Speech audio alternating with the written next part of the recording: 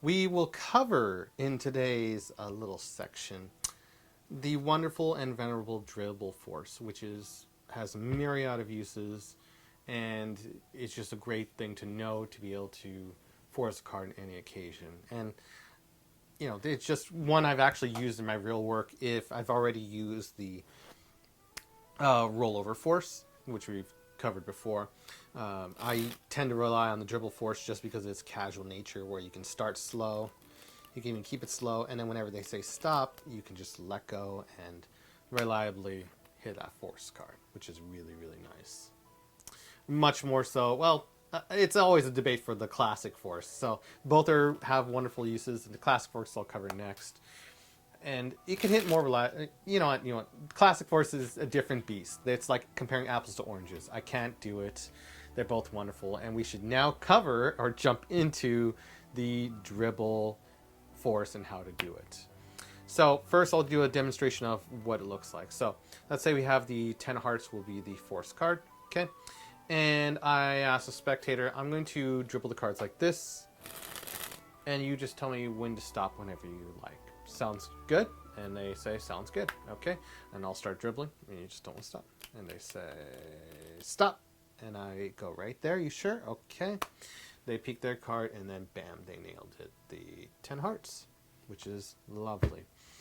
And in more motion, let's say we want to go for a little more. We can lag it even further, which is this is for more humor. They can say stop whenever they like, and I could go really, really slow, and then they say stop. I can just drop wherever I need to. It's not even really that noticeable, even the worst case scenarios of using it, and it's just such a great, great sleight. Or force, rather. Sleight and force, whatever you want to say. So to do it, we first need to know the dribble, which I've covered in a previous video, how to do a dribble, just to be able to do it. And then we will also need the swing cut as well. Cover that as well. You can learn swing cut, which I'll briefly overview both of them, and then finally the timing of it, the actual force to be able to doing it and timing it every time. So to begin, we will be dribbling cards. First finger here, second, third, and fourth from the front. Okay, looks like so. Thumb from the back. Thumb is on the for the recessive hand. In my case, it's on the outer corner like so, and we just start dribbling. And we started off by telling the spectators, well, I'm going to dribble the cards, and you just tell them to stop whenever you like. Sounds good. And then as they're confirming sounds good, and we're looking directly at them, we set up for the next part. So that's the beginning, just doing that. The next part, while we're looking at them, we will be cutting off half or more than half of the deck. I usually tend to do 2/3 for this case of forcing it, so we have a lot of leeway of cards we'll go through so that we don't run out prematurely. You'll see what I mean. So we cut about 2/3 off, half to 2/3 off. Thumb clips it. Okay. So we use the swing cut method. Fingers are all here. Forefinger goes up and out. Thumb clips, pulls it off. Okay.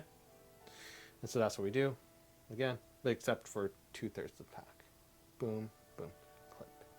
And then for the case of just being extra secure, we can cut the packet half again, and then let the packet drop on top, but maintaining a break on the upper half of the packet, make sure we don't lose our force card. In this case, the 10 of hearts. Okay, so we got it right there, and we got it right there. That's what we got, like so. So we got a break. So 2/3. You can now get a pinky break below this packet. Let the other packet fall on top. Square everything. And now we take into another biddle grip. Second, third, and fourth finger here. Forefinger right here. Thumb from the back right here. And then we just are going to be dribbling. Since we already prematurely told the audience what we're going to do, we're going to start the dribble. And thumb maintaining the separation between the two packets, like so. And so you try to dribble slowly, so the spectator gets ready.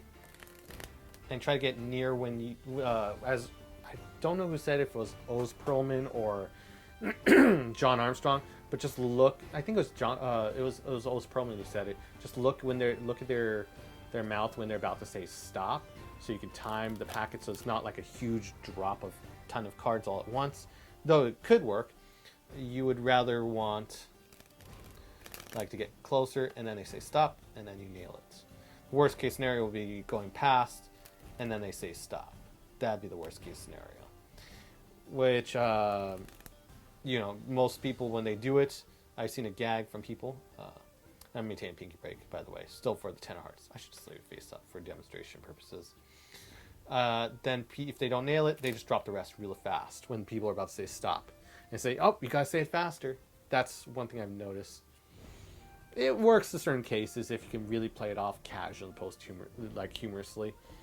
But for my cases, I just try to nail it the first time. And if I don't, in the worst case I don't, and they are really trying to aim for that second or third card from the top, and I know it, I just let them have it and I do a different trick.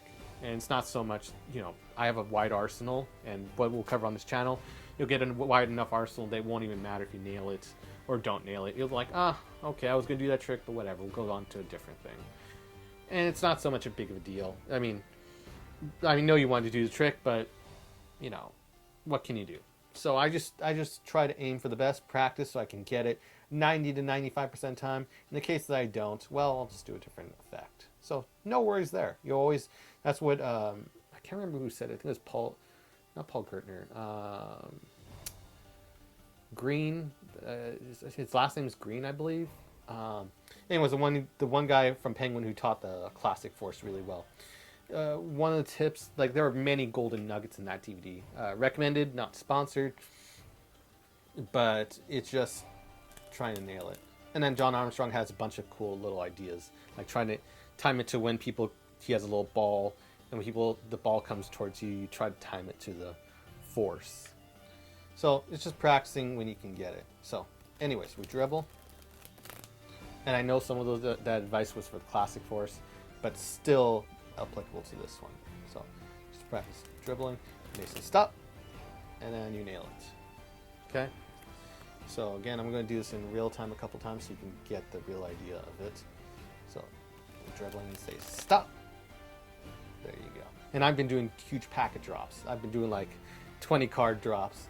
So it's not so noticeable in real time for spectators. So if let's say I'm trying to time it closer, stop. Boom, get it. Looks clean. So it's just a good thing to practice on and just trying to nail that force card. Stop. Boom. And it looks around the same time. You try to time it around the same time. It looks really, really nice. So again, if you need a card to impossible location, here you go. If you want to do it for a color changing card, whatever effect you want to do, Dribble Force has got you. And I've used it so many times in many different cases. It's just so useful. Just to get it, nail it. It's something to work on or work towards. Sometimes you don't even need to do something special. You just want to practice the force, so you use it. This is what a lot of people say to do, and I guess I'll recommend it as well. Just use as your regular way to select a card, just by dribble forcing everyone.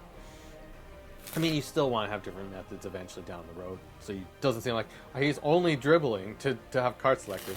Not the worst, but I think the questionably is this one, because it creates the reality for people, or in their minds, okay, a card's going to be selected and he's going to find it. This dribble kind of takes away that idea. It looks just different. It just presents a new style artistically to having cards selected. And in this case, for let's say the 8 of spades, now having it forced is really, really nice. Boom, nailing. So some quick ideas before I let you go, and these are the real nuggets of this video. What can you do with this guy? You can do a lot of fun gags with this. They'll make you laugh. One is you tell the spectator, I want you to select a card, and I'm just going to dribble, and you just tell them to stop. And you could also do this little trick where you could have it here, and you just dribble a little bit, and then you close, maintaining that separation between the top and lower packets right here. So I'm just going to dribble some cards. Okay, so you know, I transfer it to my pinky, then I transfer it back to the middle grip, as you see here. Okay, maintain that break separation. And I go to spectators, I want you to select a card, but please don't let it be the 8 of spades. It just keeps on popping up with my effect. And they go, what? Okay. And just don't stop. They stop. And then them selecting that 8 of spades just creates a lot of comedy. or just having their favorite card. They like, if you could choose any card in the pack, what would you choose? 2 of diamonds, and then you can see the 2 diamonds. Do a JJ Sanford idea where you just get the selection, you just score both packets up, you turn both over, so you got it on top. And or rather, it might be easier. No, you could do it that way. And then you can set up for the Dribble Force. They say stop, and then they select their thought of card they mentioned that was their favorite.